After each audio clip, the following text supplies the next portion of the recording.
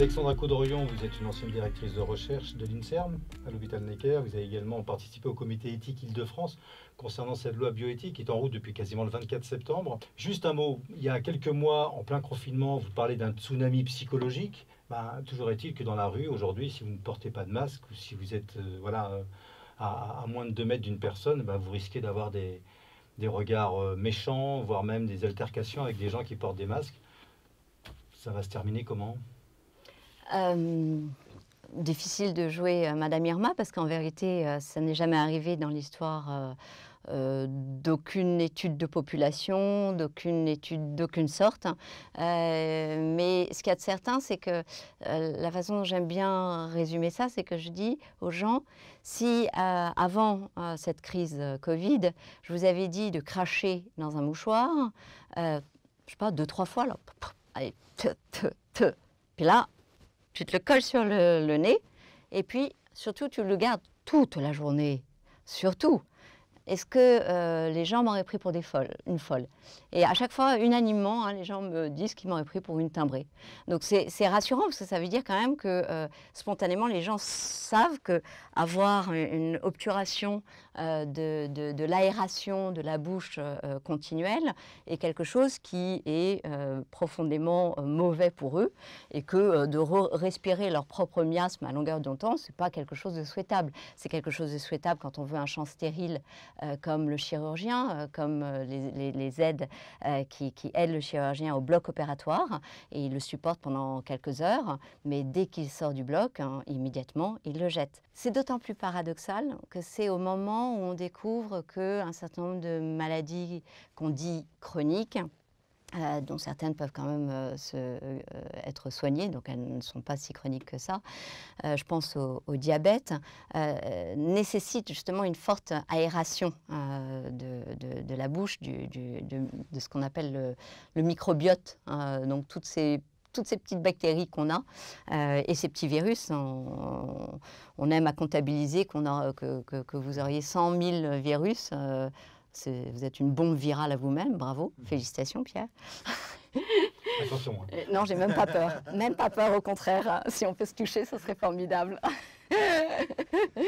En fait, c'est vrai que ces échanges de poignées de main sont au-delà du geste social. En fait, ils représentent une nécessité biologique pour nous d'échanger nos bactéries, nos virus, d'échanger des tas d'informations.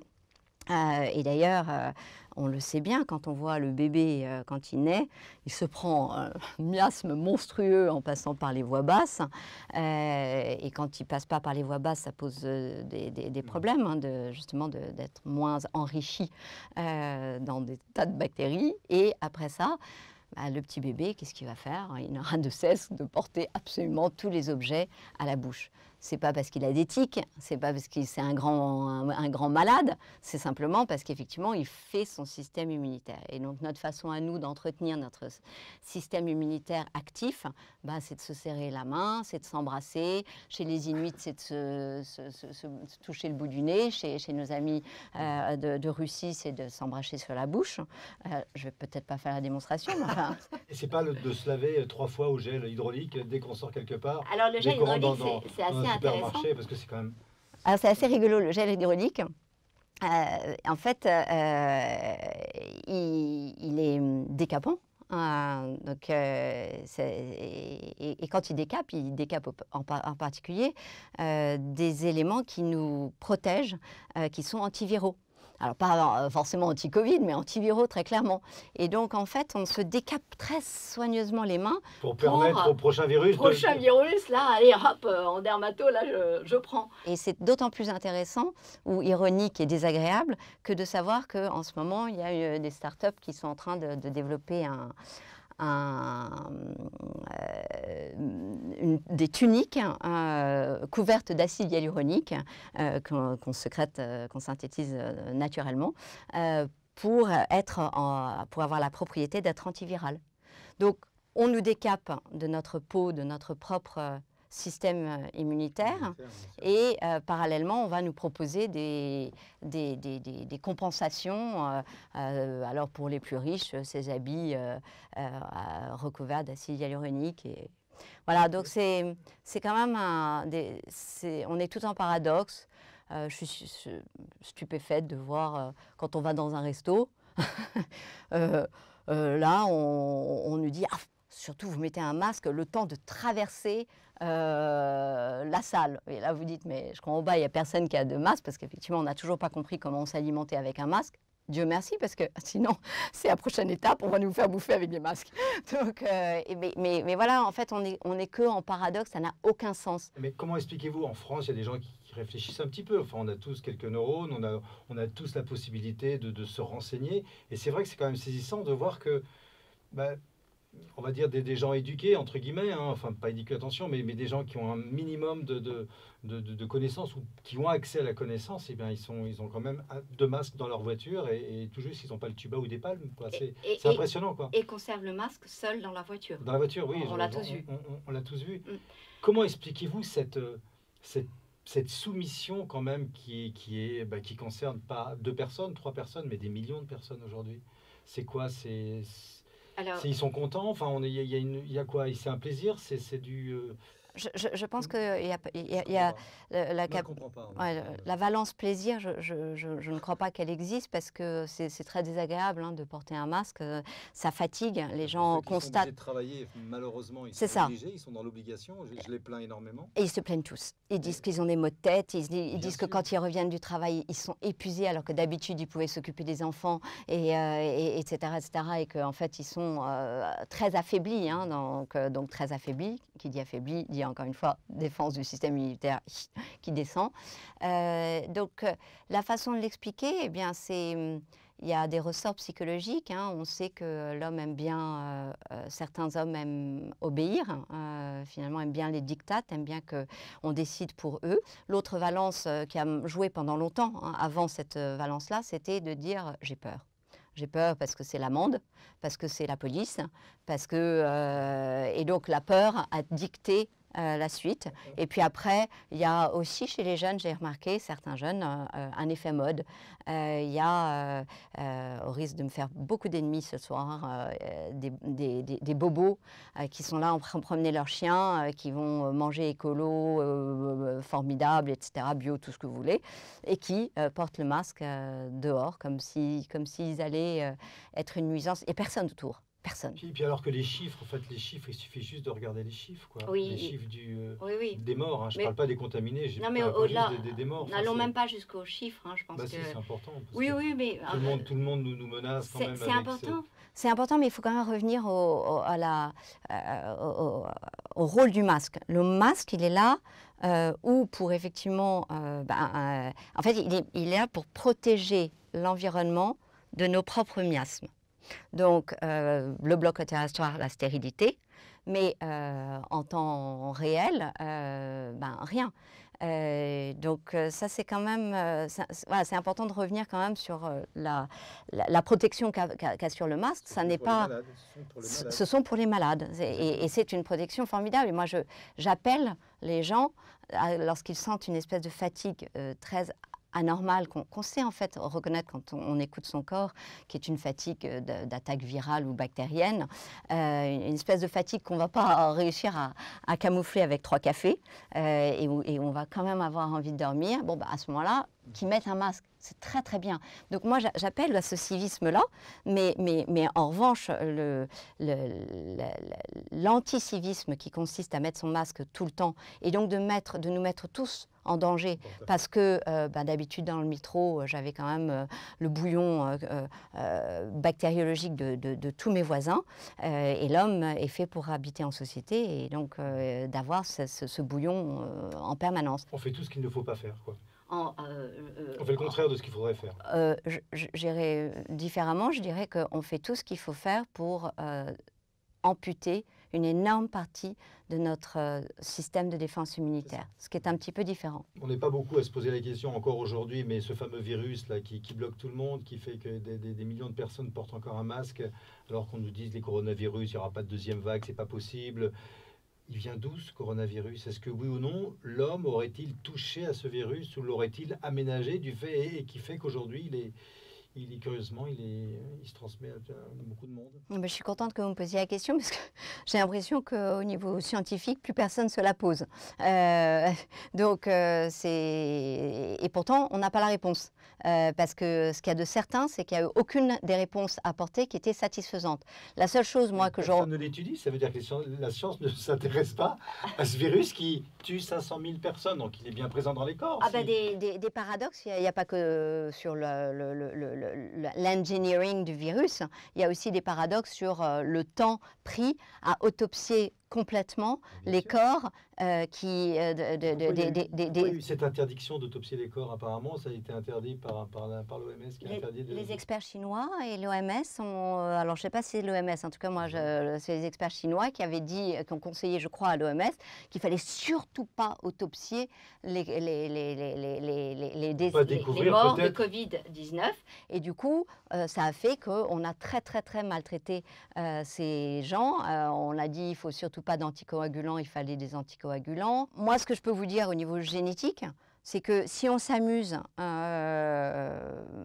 ce qui est mon cas et le cas d'autres collègues, à aligner la totalité des séquences de toutes les espèces qui ont eu un coronavirus de type SARS-CoV, eh bien, elles se ressemblent beaucoup au niveau d'une fameuse protéine S.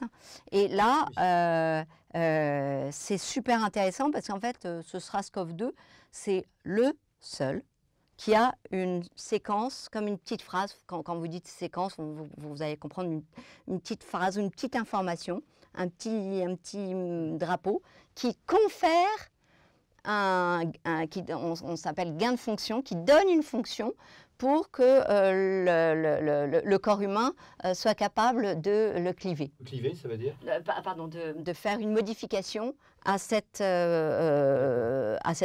protéine S. Et ça, c'est quand même pas banal parce que c'est le seul.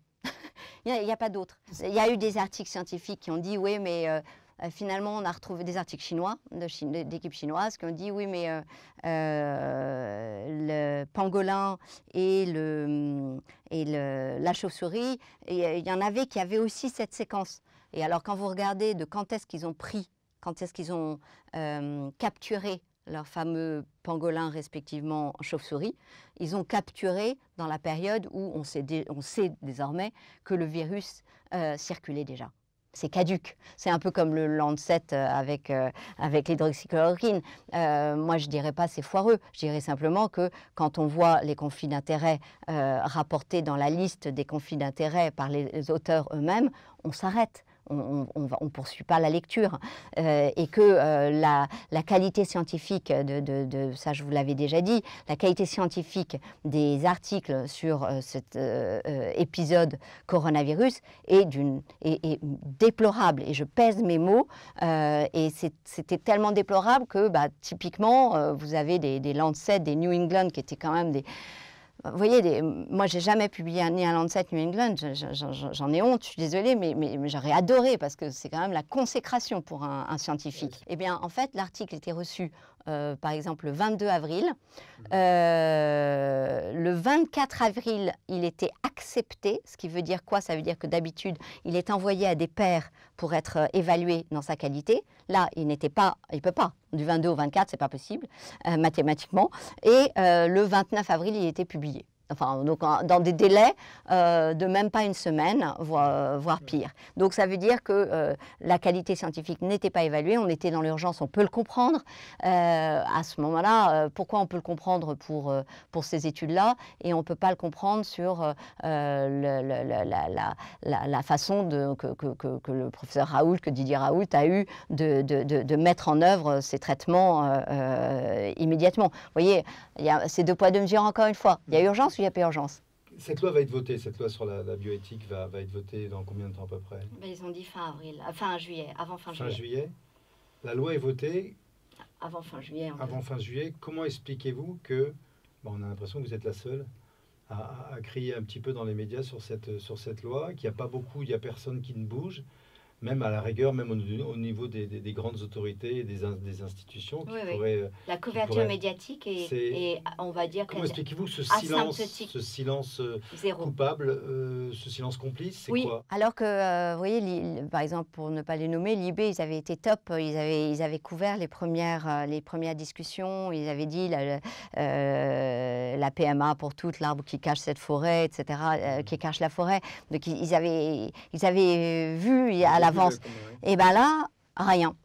Rien. Alors peut-être parce qu'on est toujours dans le Covid et effectivement, on ne va pas leur jeter à pierre. C'est-à-dire qu'en fait, ils sont sur des dynamiques de besoins de nos concitoyens qui sont autres que la fameuse urgence sanitaire qui consiste à faire des chimères homme-animal et du clonage humain, je le redis, en urgence. Je pense que c'est ça. Ils sont médiatiquement lancés sur autre chose. Ils se disent, oh là là, on ne va pas revenir sur de la PMA pour toutes parce que le problème, c'est qu'effectivement, on a tout mis le focus sur PMA pour toutes.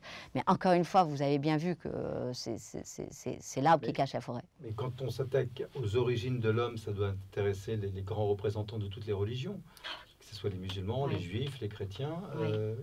Quelles sont les réactions au côté juif, chrétien ou musulman? Est-ce qu'il y a des voix qui s'élèvent? Le grand rabbin a été assez punchy et dynamique. Monseigneur Petit a publié un très joli texte récemment. Je crois que c'est dans le Figaro. Ça reste juste un écrit, quoi. Oui, c'est ça. C'est-à-dire qu'en fait, voilà, c'est-à-dire que les médias, la couverture médiatique n'existe pas moi, j'ai vu à la réouverture des discussions sur les textes, j'ai vu le Figaro, j'ai vu La Croix, j'ai vu, enfin, vous voyez, on est quand même très fichés. J'ai vu Valeurs Actuelles, voilà. Donc, en fait, à part j'ai vu Famille chrétienne. Voilà, donc vous voyez, en fait, et tous les autres, c'est quand même, moi je ne comprends pas que les Échos ne fassent pas un dossier. Le Monde a fait, les Échos, parce qu'en fait, business-wise, le Monde, où j'avais pu en d'autres temps publier des tribunes qui justement dénonçaient l'aspect business de ces mesures. En fait, on est derrière, c'est caché, enfin caché, pas très caché, c'est un business terrible. C'est que c'est un business juteux à venir pour longtemps, parce que si on en croit le professeur Aitken de l'université de Newcastle en Australie, qui est probablement le plus fort en biologie de la reproduction, en tout cas une des pointes, lui dit il faut quand même comprendre qu'on fait des générations par ces techniques d'enfants infertiles, notamment les garçons, parce qu'effectivement, on force finalement l'entrée d'un spermatozoïde qui ne serait pas forcément rentré et qui du coup n'auront d'autre recours que d'avoir eux-mêmes recours à alors je n'aime pas le mot procréation médicalement assistée, je vais dire technologie de reproduction assistée, à ces techniques-là, et à aucun moment on en parle non plus aux parents. Donc c'est des décisions qui doivent être éclairées. Ils doivent savoir qu'un certain nombre de maladies épigénétiques sont augmentées dans l'incidence de 3 à 4 fois quand on a recours à ces techniques.